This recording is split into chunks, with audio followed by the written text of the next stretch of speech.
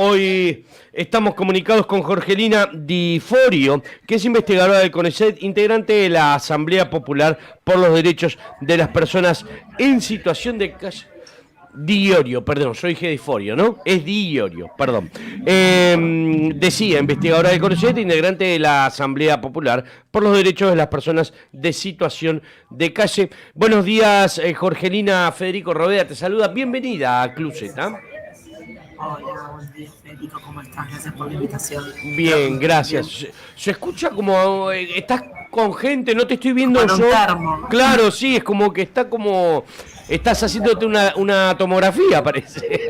¿No? No, estoy haciendo tiempo porque tengo a mi hija en el maternal haciendo la adaptación. Así que toda esa Pobrecita, qué oficina móvil. hermosa, qué hermosa. Qué linda etapa, ¿eh? Una etapa hermosa. Felicitaciones por eso. Bueno, Jorgelina, a ver, vos sabés que me pongo, yo simplemente con el título y cuando leía un poquito la reseña del trabajo que generás y que ejercen con vos, me pongo a pensar qué tanto vemos a la gente en las calles, en situación de calle, y qué tan poco hablamos del tema. ¿O es una sensación mía? mira, yo ahí diría, bueno, nos gusta decir a nosotros que en realidad más que no verla, a veces no se ve y al mismo momento se hipervisibiliza. Digo, Sí. porque puede ser que a veces no vemos algunas cuestiones, no en el sentido que vos planteás de quizás no tener tanta información o de que no circule tanto en los medios o pasar desapercibidos, pero también estos informes de violencia, este en particular, pero otros que también hemos hecho, porque es el tercero, lo que muestran es que también está hipervisibilizada esta población. ¿Qué quiere Claro. decir eso? Que para algunas personas, sobre todo para las fuerzas de seguridad, para algunos funcionarios, incluso para cómo se gestiona la política pública en la ciudad de Buenos Aires, que es la ciudad más rica de nuestro país, pero yo podría decir, ¿no?, en el alcance nacional, perdón, que no estoy resfriada. Sí, dale para adelante. Estamos todos iguales estos días. Quédate tranquila por eso. Sí. Entonces digo, ahí uno diría, bueno, está hipervisibilizada, porque digo, Claro. se la mira discrecionalmente, un poco lo que aparece como más significativo en este informe, ¿no? En este año, los informes van de año a año, justamente es cómo las fuerzas de seguridad en la ciudad la miraron intencionalmente, ¿no? Claro. Hay relatos donde por algunas zonas de la ciudad se detuvo, se les secuestraron sus pertenencias, se le hicieron actas contravencionales a algunas personas y no otras. Entonces, en esto puedo decir cómo miramos y cuánto no miramos, yo diría cómo no miramos algunas cosas y cómo sí miramos otras, ¿no? Claro. Y es certero. Tenemos datos del por qué hay gente en calle, es decir, cuáles son las situaciones, si es que hay en mayor o en menor medida factores en común entre los que quedan en situación de calle, el por qué. Sí, mira, es una problemática multicausal, ¿no? No hay una única causa, Ajá, es un conjunto de situaciones. Vamos a decir que entre las causas que más prevalecen, ¿qué quiere decir eso? Que es lo que mayormente pasa, pero que no es lo que le pasa a todo el mundo.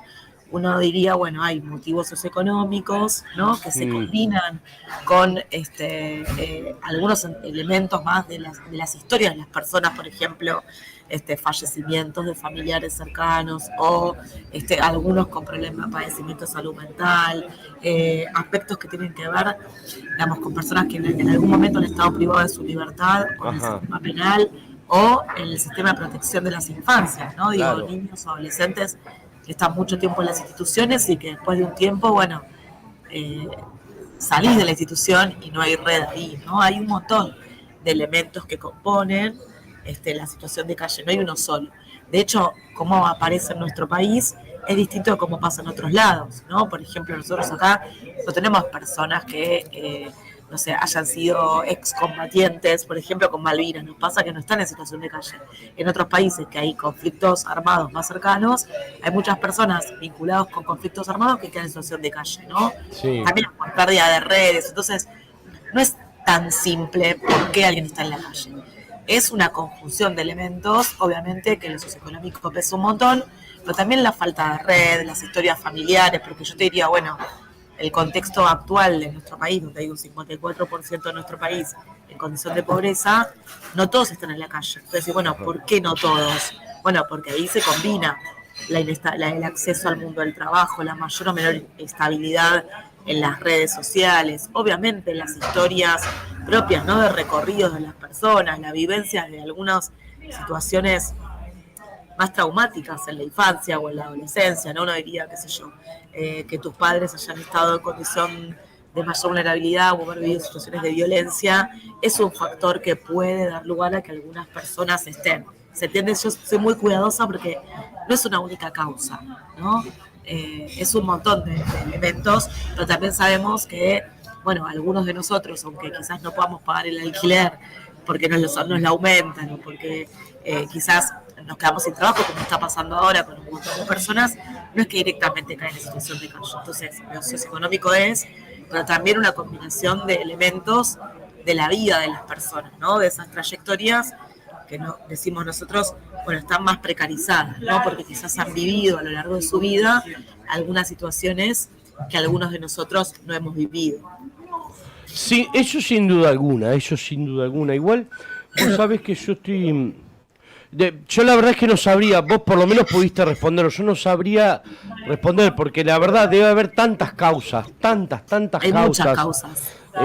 Porque aparte, encima, corregime si me equivoco, Jorgelina, que vos sos la que más está inmersa en el mundo, pero en el mundo de este tema, por lo menos. Pero vos sabés que a mí me parece que veo más también chicos hoy en día de lo que antes había. Es decir, yo antes veía gente más grande que podía decir, qué sé yo, no sé, por favor, no quiero herir susceptibilidades ni quiero que se malinterprete lo que quiero decir porque son gente que realmente ha tenido algún problema en su vida para poder estar ahí, sea mental, sea marginal, sea económico. Ha tenido un problema, no están ahí porque estar en la calle no es fácil, claro, porque se quiera, así que yo en eso quiero ser respetuoso, pero quizás veía algún abuelo, como me lo imaginaba yo, ¿no? Algún abuelo que no peleado con su hijo, que no le deja ver a su familia, que está solo y dice qué voy a hacer, y se empieza a perder en su mundo, en su cabeza, y termina vagando por las calles, hasta que en un momento se da vuelta y dice, ya no sé ni a dónde estoy ni quién soy.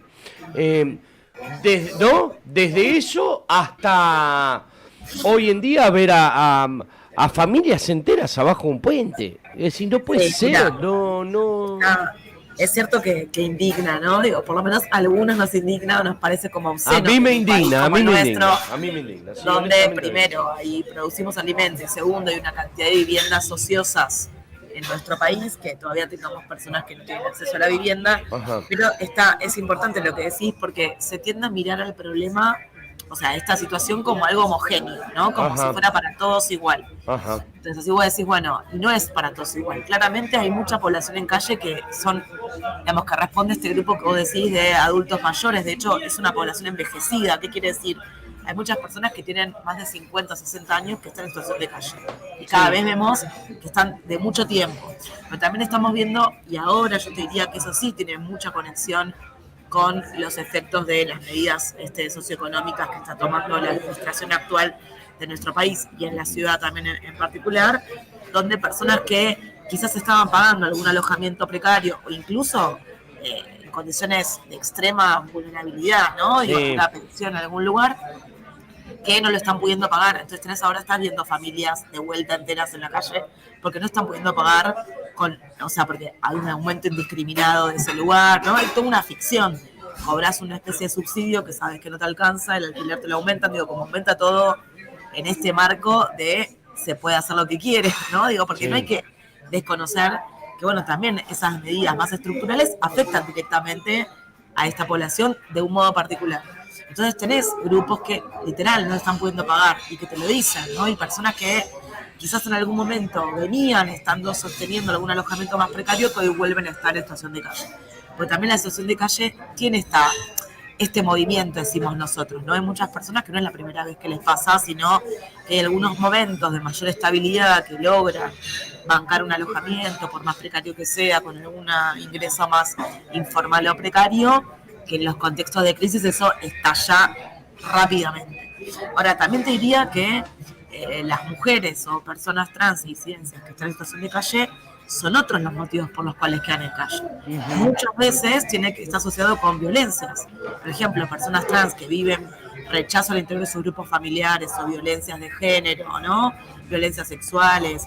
En el caso de mujeres pasa mucho, donde la calle termina siendo el lugar de salida de un espacio de mayor violencia, ¿no? Entonces, bueno, hay una configuración muy distinta, ¿no? En esto que decimos, la situación de calle. Y eso, lo que llama la atención es que si el problema es distinto, ¿por qué la medida como política pública que se toma es la misma, que es una medida represivo-punitiva? Porque es la violencia, ¿no? Digo, es este corrimiento, este hostigamiento que están viviendo permanentemente, sobre todo en la ciudad de Buenos Aires, pero también lo vemos en otras grandes ciudades de nuestro país, la falta de políticas públicas que sean adecuadas a lo que está necesitando esta población, la falta de acceso, ¿no?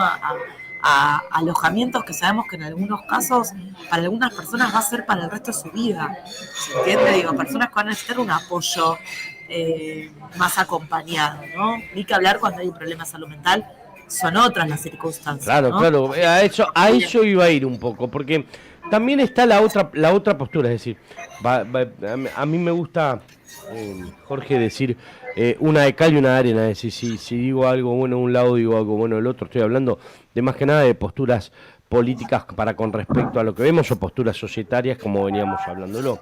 Pero digo, también hay que poner una de cal y una de arena, es decir, yo he visto gente, tengo la suerte de vivir enfrente de una plaza en San Cristóbal, la Plaza Martín Fierro, donde hace muchos años, yo difundía también en otro programa de radio, que hacían una olla popular todos los viernes y los sábados para que vayan a comer los de la calle.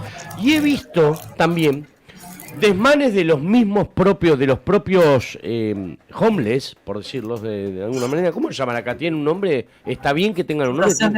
Situación de calle. Bueno, es otra discusión. Esa es otra discusión también, ¿no? También, ¿no? Porque ponerle un nombre es naturalizarlos también. Pero bueno. Y también entender que las opciones que le daban no les interesaba aprovecharlas, no todos, sino algunos. También pasa, que viene también por esta decadencia de estar viviendo, digamos, aislados, sin cuidados, ninguneados, lastimados, por un montón de cosas que terminan lastimándose peor la cabeza todavía. Yo lo entiendo. Pero debe ser difícil también coordinar u ordenar a muchas de estas personas para que estén en un lugar donde quizás no quieran estar, ¿no? Si es que le dan esa oportunidad, eso contámelo vos. Sí, a ver, primero que no hay que romantizar la situación de calle, eso yo lo planteo siempre, ¿no? O sea, Claro. romantizar, ¿qué quiere decir? Porque tampoco romantizamos la vida de las personas que no están en calle, ¿se entiende? Claro. No somos todos buenos, lindos, todo Claro, el tiempo. bien. Entonces, digo, Bien, eso bien, es lo bien. que nos hace seres Bien. humanos, Bien, ¿no? bien. Entonces, así como... Pero claramente cuando uno le pone situación de calle a lo que estamos hablando como atributo, como categoría, ¿qué hace? Es como que todo se te obtura. Entonces lo que pensás para el resto de las personas que no están en calle es como que de repente no lo puedes pensar para los que están en calle. Claro. Y yo creo que ahí hay un error, ¿no? O sea, no yo, digo, la forma porque en todo caso no tiene vivienda, es no tener vivienda, configura su vida cotidiana de un modo particular, pero digo, hay una diversidad en la calle como en los vínculos humanos. Uh-huh. Entonces, no es que todo el mundo está en la calle bueno, tampoco se dice que sea malo, Claro, pero claro, es un pero escenario tal de cual. conflicto, Tal porque cual. las personas, Tal cual. los seres humanos, o sea, es inherente a nuestra vida cotidiana el conflicto, ¿no? O sea, que no quiere decir que te estás peleando a muerte, o con violencia física, pero conflicto de intereses, de ideas, de opiniones, de modo de pensar el mundo. Entonces, eso ya está. También diría que claramente hay situaciones de conflicto entre las propias personas en calle, entre las organizaciones que los asisten, no digo por diferentes motivos. Ahora, es como cuando hablamos de violencia en género, ¿viste? Cuando te dicen, bueno, pero los varones también son víctimas de violencia. Sí, claro. Pero pensando en lo que mayoritariamente pasa, lo que más pasa es la otra violencia, ¿se Claro. entiende? Claro. Entonces, lo que más pasa es la otra violencia, la de las instituciones, la de los vecinos que nos golpean, que los incendian. Digo, tenemos registro de vecinos que le incendian las cosas a las personas, o vecinos que le han pegado 2 tiros a alguien porque 2 veces se sentó en su vereda. Entonces, bueno. Mirá, eso no lo sabía. Ahí, yo pensaba que era distinto, que yo pensaba que los vecinos ven a alguien de la calle y cruzan, ¿sabés? Lo asociaba más con eso, no a que se le acercaban. A ver, y que también yo creo que es importante mencionar para quienes están escuchando, digamos, que también es legítimo, no me sale otra palabra, que bueno, que el vecino que no está en calle y está en su vereda o en su casa, bueno, de repente tiene a alguien todos los días sentado ahí, que come ahí, que va al baño ahí, porque tampoco hay acceso a baño público, porque no te dejan ir a ningún lado, en ningún bar, si no compras algo te dejan ir al baño. O sea, me pasa a mí, ¿entendés? Claro. No es que le pasa solamente al que esté en calle, me pasa a mí, que vengo más o menos ordenadita, digamos. Sí. Entonces, ese conflicto es genuino. El punto es cómo se resuelve el conflicto, no que no exista el conflicto, ¿se entiende? O sea, ¿cómo lo resolvemos? ¿Lo resolvemos con más violencia, tanto entre vecinos y vecinas, como entre los funcionarios públicos que tienen que ocupar de la asistencia? Lo que estamos viendo hoy es que la forma de resolver esos conflictos que son inherentes a la vida cotidiana son con violencia. Eso es lo que llama la atención. Y que son con una violencia de un nivel de crueldad que habla de lo deteriorado que también están nuestros vínculos, de la poca tolerancia, de la mayor conflictividad social que tenemos. Y eso hay que leerlo, no solamente por la última administración, ¿se entiende? Por esta administración actual. Sí. Obviamente la hace, sino por un por deterioro todas, que estamos claro, viendo, por todas histórico. Entonces, es individual esto que vos preguntás, ¿no? Que está bien tu pregunta.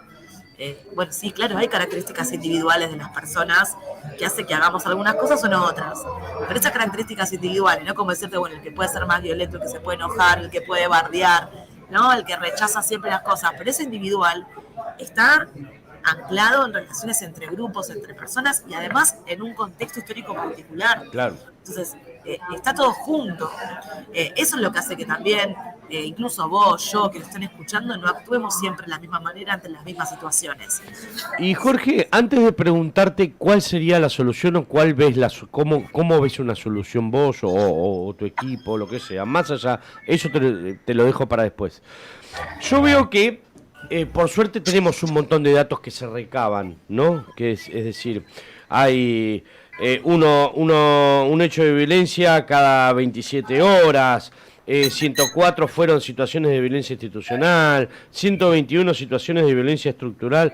Hay datos y sabemos que el Estado, de alguna forma u otra, por inteligencia o por lo que fuere, tiene datos. Es decir, si se te pueden cruzar los datos para ver si vos estás haciendo alguna vivada con un banco, o con dos, o con tus trabajos, pueden también ver si pueden identificar a las personas en situación de calle para poder avisar a familiares directos, indirectos, personas allegadas, para que traten también de ocuparse de ellos como un modo alternativo.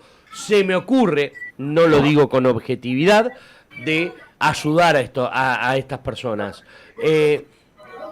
¿Esos datos se encuentran? ¿Se ocultan? ¿Están? ¿No están? Es un poco difícil tu pregunta, igual, ¿viste? A mí me gustan las preguntas difíciles porque te las doy un poco vuelta. A veces, primero yo diría que a veces la familia es parte del problema más que parte de la solución. Claro. Entonces hay personas, no voy a decir muchas, en esta heterogeneidad que yo decía, que a veces, bueno, irse de ese ámbito familiar es una manera de estar más cuidado, ¿no? Claro. También hay otras situaciones en las cuales, bueno, hay un vínculo familiar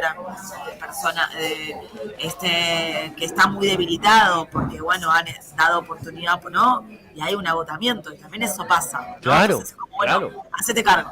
Hay Claro. una complejidad en eso. Ahora, digo, como que eso está, y yo creo que hay organizaciones que sí lo hacen, que hacen un intento de recuperar. A veces hay personas que sus familias no saben que están en situación de calle, porque es recontra estigmatizante ir a decir, hola, ¿qué tal? Me quedé en la calle, ayúdame. Digo, te carga un estigma muy alto. Entonces hay mucha gente que su entorno no sabe y que incluso siguen en contacto con sus familias. También eso es parte, ¿no? Hay muchos que están en contacto, que los ven, ¿no? Y que arman todo defensivamente, porque Claro. ayuda, porque no le querés poner ese problema. O sea, es recontra complejo. Ahora, después, si hay datos o no hay datos, yo también tengo mis dudas. Estos datos que vos estás mencionando, nosotros los juntamos con las organizaciones, nos lleva mucho trabajo, por eso decimos que son datos extraviados, porque en realidad hay sobre temas donde el Estado no quiere producir datos. Claro. Por eso te lo preguntaba, porque si ustedes pueden recabar estos datos, el Estado tendría que saber perfectamente todo el resto. Pero además, porque hay que pensar que tengas personas que no tienen acceso a la vivienda, que no tienen acceso al trabajo y que están durmiendo en la calle, tiene que ver con políticas estructurales. Claro, por eso te digo. Derechos sociales en general.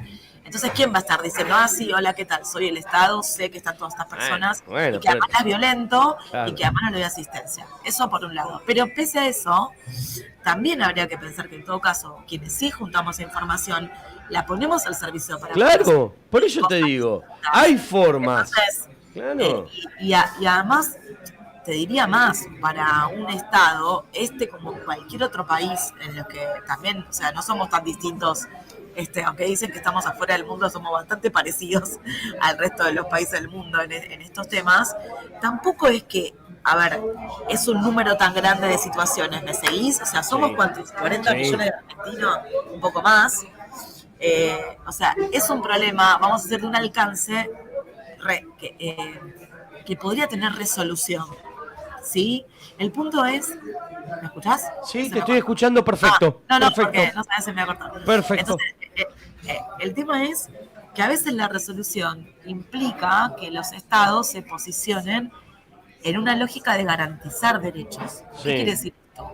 Asumir que va a haber personas que no van a conseguir trabajo, pero no porque las personas no quieran, sino porque el mercado del trabajo tiene un desgaste y un deterioro en unas cuestiones que va a hacer que algunos van a necesitar un aporte, un soporte, digamos. Lo que pasa que eso puede ser mirado como clientelar, como que no quieren trabajar, como que no quieren hacer.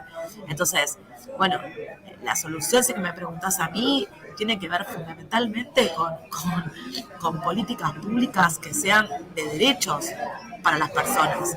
Porque también yo te diría, bueno, tampoco, ¿no? Y lo dicen las propias personas en calle, bueno, gobiernos anteriores tampoco han solucionado el problema. Entonces, no es que es de ahora. Claro. Muy crítica la situación. Por eso lo vemos como endurecido. Claro. Pero a ver, o sea, bueno, hay que pensar en otras lógicas de acompañamiento, en otras formas de acceso a la vivienda. Digo, también saber que para alguien que vivió mucho tiempo en la calle, no es que le diste la casa o el alojamiento o un lugar donde pueda estar durmiendo transitoriamente y va a ir directamente. ¿Se entiende? O sea, y aparte, Jorge, perdóname, me quedé un poquito también, te estoy escuchando atentamente, pero también me quedé con lo que decías al principio de esta explicación, que es que no nos creamos que estamos alejados del resto de los países del mundo, porque en este tipo de tópicos de la sociedad, estamos muy parejos con todo el resto de los países, cosa que encima me parece malísimo porque la mayoría de los países dicen, bueno, que se caguen, si total son gente que se jodan, me chupo huevo. Perdón, pues ya me estoy entrando en confianza, Jorge. Entonces, si nos asociamos a esa situación, a esos... A decir, no, pero si lo hacen en Suiza, también ¿por qué no lo vamos a hacer acá? ¿Me explico? Que para algunas cosas el ejemplo puede ser bueno y para otras, como el ejemplo... Bueno, que si ponen a Suiza como ejemplo, yo diría como esos países de Europa del Este son los que tienen mejores políticas públicas para la situación. Claro, pero... O sea, que también lo tomen como ejemplo. Bueno, que lo tomen entonces, mejor todavía, pero sí, qué sé yo, España tenés razón, me cagaste ahí. Pero igual no quiero hacerte quebrar ningún palito, ojo. No, tranqui. Pero ahí tenés toda la razón. No, pero digo, es cierto lo que, o sea, yo te estoy como conversando con vos también para quienes estén escuchando. Claro, digamos, el ejercicio de no pensar que es lo específico de la calle. Hay una particularidad que no podemos desconocer, o sea, y que requiere revisar cómo lo abordamos, pero después hay elementos de composición del problema que tienen que ver con las cuestiones estructurales de pobreza y que hoy eso se está haciendo como muy visible. Y obviamente incluso no es lo mismo la ciudad de Buenos Aires que pensar el resto del país. No. En el sur de nuestro país, por ejemplo, donde hay una transición, o sea, hay como mucho movimiento de personas que capaz por un periodo de tiempo están en calle porque migran, o sea, porque hay una migración vinculada con el trabajo en cosecha, en cuestiones más de trabajo como más temporario, digamos. Entonces el problema ahí se expresa de manera distinta que en Buenos Aires, en Mar del Plata, en Rosario, en Santa Fe, no sé, te diría los grandes centros urbanos de nuestro país, digamos. No me quiero olvidar de ninguno, ¿no? Pero bueno, también es heterogéneo. Le doy lugar a Claudito Caníbal, que quiere hacerte una pregunta. Claudio. ¿Qué tal, Jorgelina? ¿Cómo te va? Hola, lo que yo quería destacar... destacar algo, no sé. No, quiero destacar una cuestión sobre los investigadores del CONICET. Cuando estaba en pandemia, me cruzo con una cuenta que se llama Anti-Fake News, ¿no? Con los que yo me contacté y le hicimos, en ese está Fede Fuchs, un investigador, que no investigan lo mismo, son distintos investigadores. Y también está Soledad Gori, que la podemos ver... Anti-Fake News. Que ellos, cuando, viste que los antivacunas salían a decir tal cosa sobre las vacunas, ellos, cada investigador se tomaba el tiempo de explicarte por qué estaba bien vacunarse, por todas las cosas. Y la verdad fue destacable eso, porque nosotros le hicimos más de una nota y después quedó nuestra relación de Barrio Caníbal con Fake News y... Cada tanto lo sacamos cada vez que tenemos una duda. Por ejemplo, tenemos una duda de por qué pasa tal cosa. Sí, la fiebre del mono. ¿Cómo es yo voy? No sé, son accesibles, porque uno dice, cuando dice investigadores del CONICET, parece como que son...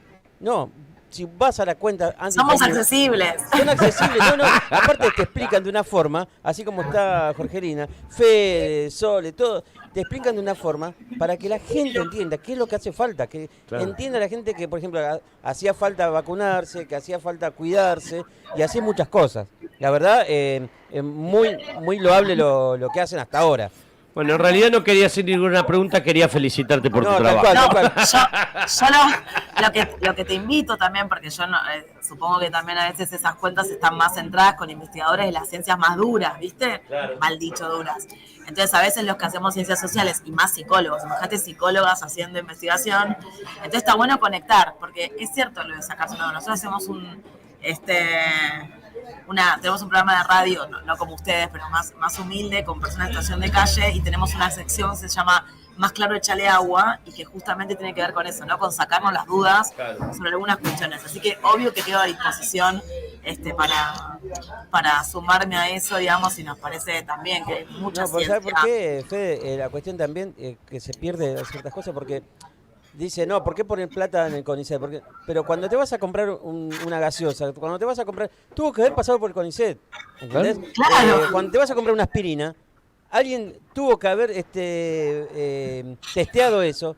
Y fue un investigador del CONICET, o sea, que están en la vida de nosotros todos los días. Sí, igualmente así y todos nosotros, Sí, perdón. Nosotros somos digo que a veces en eso es más visible, porque uno diría, bueno, ¿cuál es? Que además las ciencias sociales estamos más en discusión, es más visible, ¿no? En un medicamento, en un alimento, en algunas otras tecnologías materiales más visibles.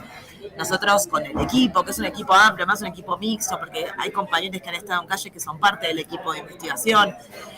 Lo que decimos es, si cambia tu mirada, cambia nuestra realidad. Entonces nosotros trabajamos con los prejuicios. Entonces, en la medida en que ponemos a circular otras ideas, es posible que algo de estas violencias cambie. Vos me decías, ¿cuál es la solución? Yo la solución no la tengo, y menos mal que no la tengo porque hablaría muy mal de mí, porque no es una cuestión, problemas complejos requieren respuestas complejas, de múltiples miradas y situaciones.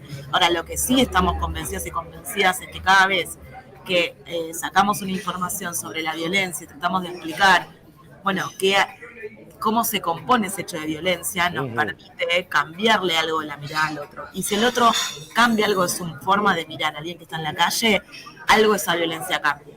Claro que o sea, que eso es importante también para nosotros. ¿No? ¿Dónde vemos lo material? Bueno, esto, que alguien si escuchó el programa y se quede regulando. Che, bueno, capaz que yo también me podría pasar que si empiezo a no pagar, me está haciendo aquello, lo otro, y me pasa, no me pasaría por esto otro. Entonces, que puedas ir caminando por una vereda y si es una persona en situación de calle, no te digo que vayas y le hables, sean cuidadosos, por favor, porque también es un escenario complejo, pero por lo menos mirarlo de una manera diferente y eso le cambia la vida a la persona. Jorge, vos sos, perdóname que te pregunte, no, cuando te presenté no lo dije y no lo sé tampoco. ¿Psicóloga social, psicóloga? No, yo soy Soy psicóloga. Psicóloga, bien. O sea, Bien. psicóloga, y Bien. tengo un doctorado en el área de la psicología social. Bien, porque como lo decías recién, más o menos me lo diste a entender. Bueno, yo la verdad es que nunca voy a saber, no sé, yo tuve muchas etapas, antes la verdad es que daba mucha guita en la calle, terminaba dando mucha guita a uno, a otro, y siempre un puchito y un puchito, y después yo no sé si eso termina siendo realmente de ayuda para esas personas, o quizás, me parece que quizás más de ayuda termina siendo recomendando llamar a Jorge, al equipo de Jorgelina o al CONICET para poder ir por otro lado. Me parece, no lo sé.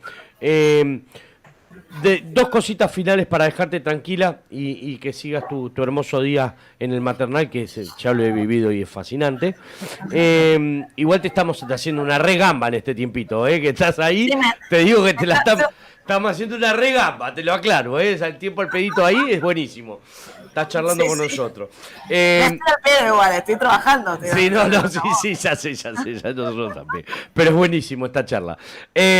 Dos cositas finales. Una, ¿de qué manera se pueden contactar con ustedes cualquiera? Los mismos necesitados o los vecinos que crean que esa persona puede ser ayudada o de alguna forma aliviada de todo eso. Mira, lo primero para mí es, si ven un hecho de violencia, que lo registren. Ajá. O sea, que lo filmen con el celular, que hagan algo, o sea, aunque estén lejos, que tomen algún dato, o que se acerquen. A veces acercarse hace que el otro regule el hecho de violencia, ¿no? Claro, también. Que se animen, con cuidado, pero lo primero es registrar, o sea, no hacer de cuenta que no está pasando. Eso es lo primero que yo diría a alguien que quiera dar una mano.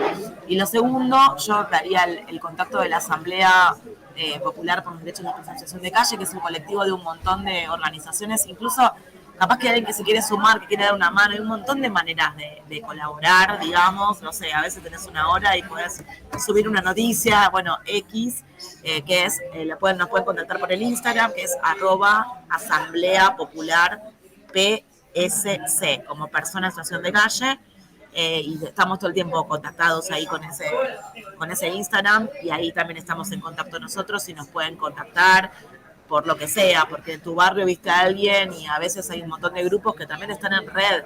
Entonces, no sé, vienen a alguien y capaz que nadie lo asiste y ese grupo pasa por esa cuadra y lo puede contactar hasta que te quiera sumar a una recorrida, hasta...